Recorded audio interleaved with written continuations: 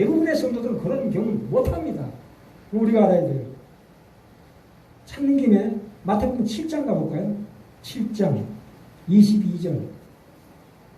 마태복음 7장. 저기 신약성경 10페이지입니다.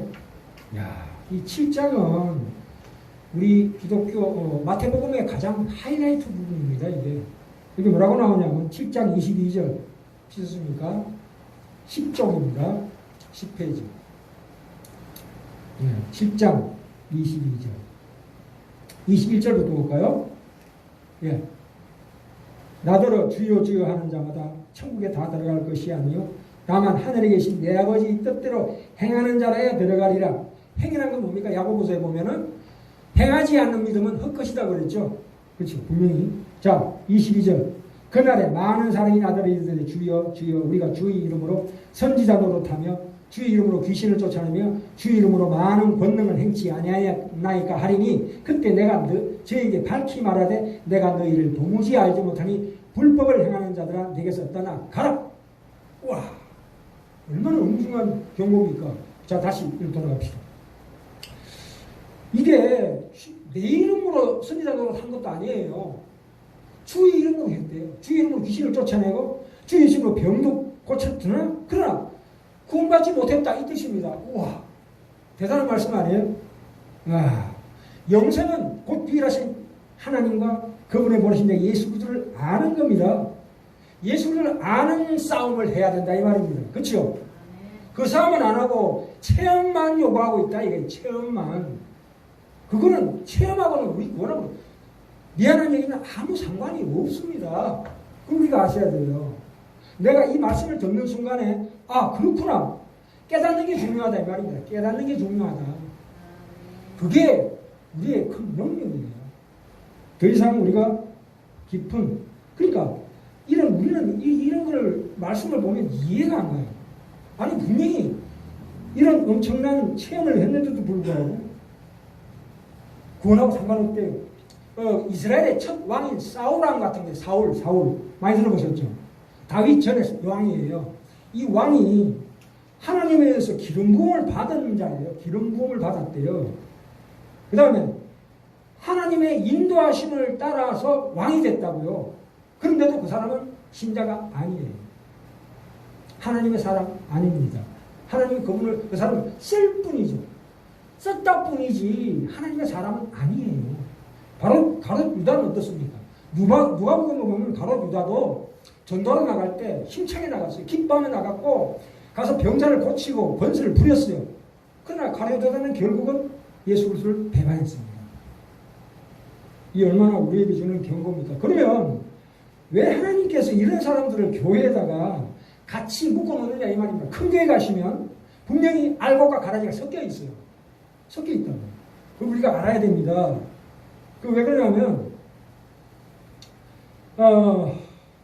이게 참 우리가 심각한 문제인데 이 큰 교회 가서 그런 가라지들을 볼 때 어떻게 생각해야 되냐면 저 사람들이 나하고 같이 영적인 은혜를 받았는데도 불구하고 타락한 자들을 보고 우리가 두려워 떨며 그걸 이루어가라 이 뜻입니다. 그러면 내가 혹시 가라지 아닌가? 이런 생각하는 사람들은 절대 가라지가 아닙니다. 이런 생각하는 사람들은 예? 다시 한번 말씀드릴까요? 내가 이 돌짝밭이나 가시떨기밭이 아닐까? 이렇게 의심하는 사람들은 그 의심하는 이유가 뭐예요? 그러면 내가 아무리 엄청난 체험을 했다 할지라도 하나님이 나를 볼 때에 넌 아니다고 하면 어떡할까? 큰일 났다. 이런 생각하는 사람들은 진정한 신자다. 네. 그런 생각 드십니까? 신자야. 진정한 신자야. 이 배도하는 사람들은 그런 생각 안 듭니다. 무서운 사실 아니에요? 그죠? 우리는 영적이고 인격적이고 성품적이고 하나님의 의와 진리와 거룩함에 그하는 것이 말하자면 예수 믿는 사람인데 거기에는 뭐가 있습니까? 긴장이 있어야 합니다. 긴장. 그리고 갈등이 있어야 되고 눈물이 있어야 됩니다. 그렇죠? 그렇습니까? 네. 실패가 있어야 합니다. 탄식이 있어야 합니다. 왜요? 세상의 반대와 오해를 감당하고 감내해야 한다 이거예요. 아, 이것이 얼마나 큰 명예로운 삶인지 몰라요. 제가 항상 말씀드립니다. 이 진리의 말씀을 잡아야 합니다. 구원을 시작만 하고 잡지 않으면 안 돼요. 맛만 보면 안 된다고요. 이제 잡아야 돼요. 먼저 어떻게? 우리 삶 가운데서 담은 말씀드리잖아요. 99번 실패하더라도 한 번이라도 내가 한번 실천해봐라 이거예요.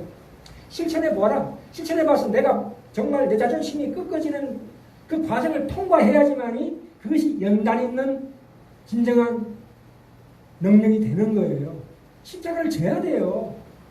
한지는 안 돼요. 십자가를 져야 돼요. 어떤 것이든지 작은 거라도 이런 거 있어요. 저는 날마다 십자가를 집니다.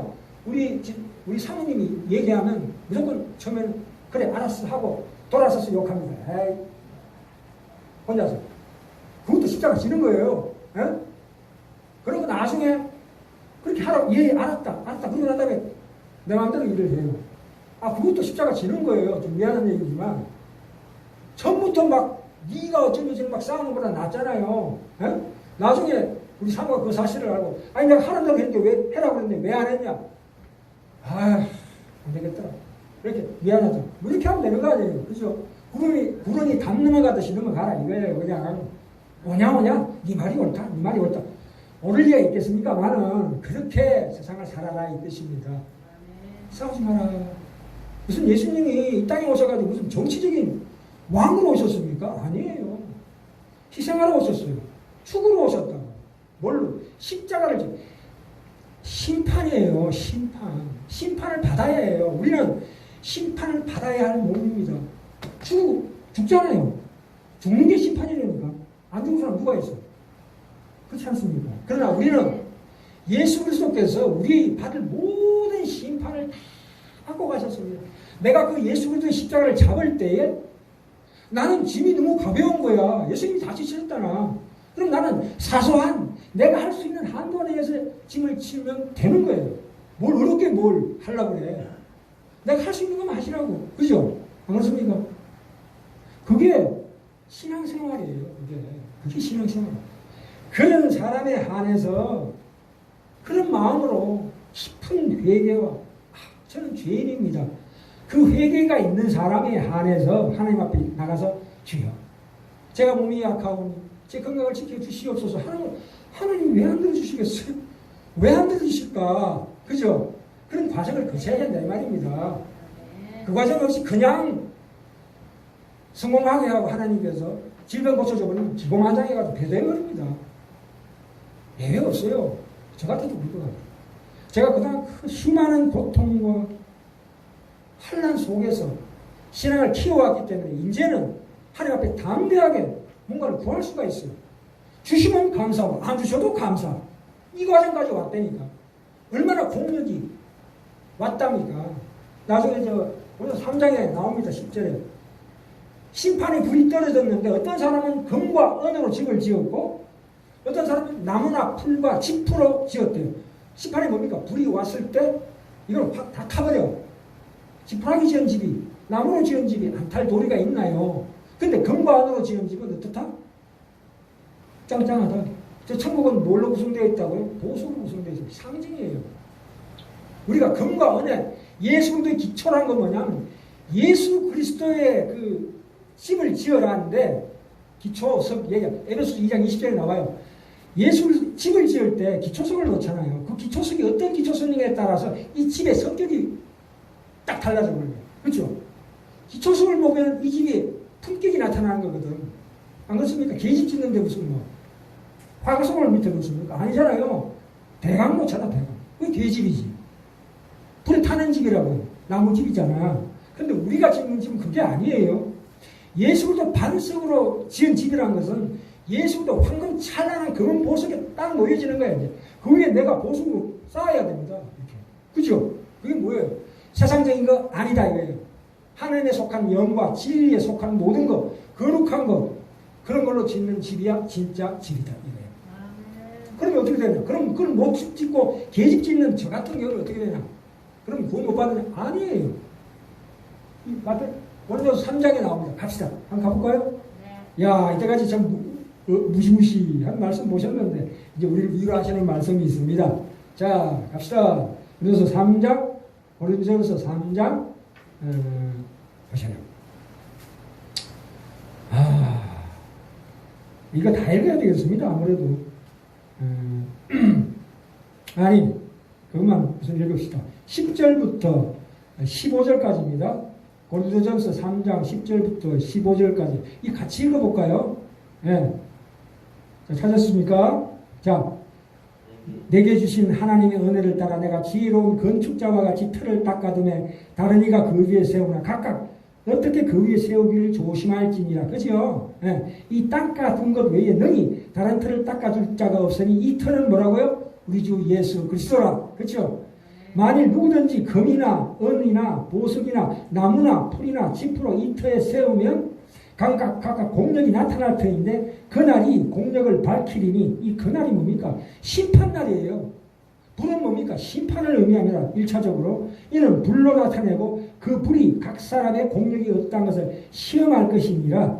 최후의 심판을 얘기합니다. 만일 누구든지 그 위에 세운 공력이 그대로 있으면 상을 받고 누구든지 공력이 불타면 해를 받으리니. 그렇죠? 나오죠? 제가 드린 말씀이에요. 근데 우리에게 가장 큰 위로와 격려의 말씀이 바로 뒤에 나옵니다. 같이 읽을까요? 그러나 자기는 구원을 얻되 불 가운데서 얻은 것 같으리라. 이게 무슨 말일까요? 자, 저를 보세요. 하나님께서 성경 말씀에 끊임없이 야, 심판날이 있다. 영원한 천국이 있다. 이렇게 계속 우리가 배웠죠. 자, 그러면 언젠가는 심판이 있을 것이다.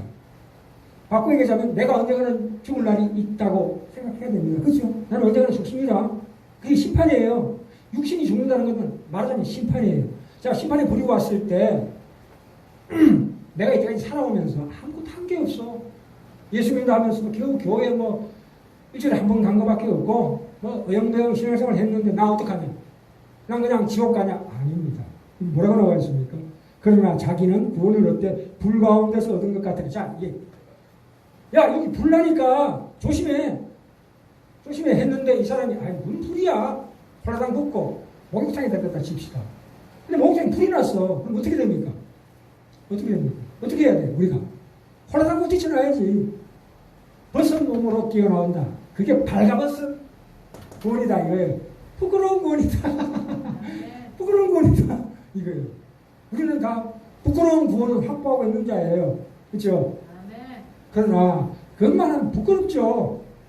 우리가 하나님의 진리와 의에 선다는 것은 하나님의 의와 거룩이 우리를 통해서 하나님이 능력을 권능을 나타낸다 이거예요. 우리가 만나는 어떤 사람에게도 나를 통해서 하나님의 능력과 권세가 쫙 나간다 이거예요. 빛과 소금의 그걸 감당한다 이거예요. 내가 뭘 할 때 이 말씀을 깨닫고 그렇게 하려고 노력할 때 아니 되고 안 되고는 상관없어요. 하려고 노력만 하시면 돼. 그러면 그 노력하는 그 마음에 하나님의 능력이 임한다 이거예요.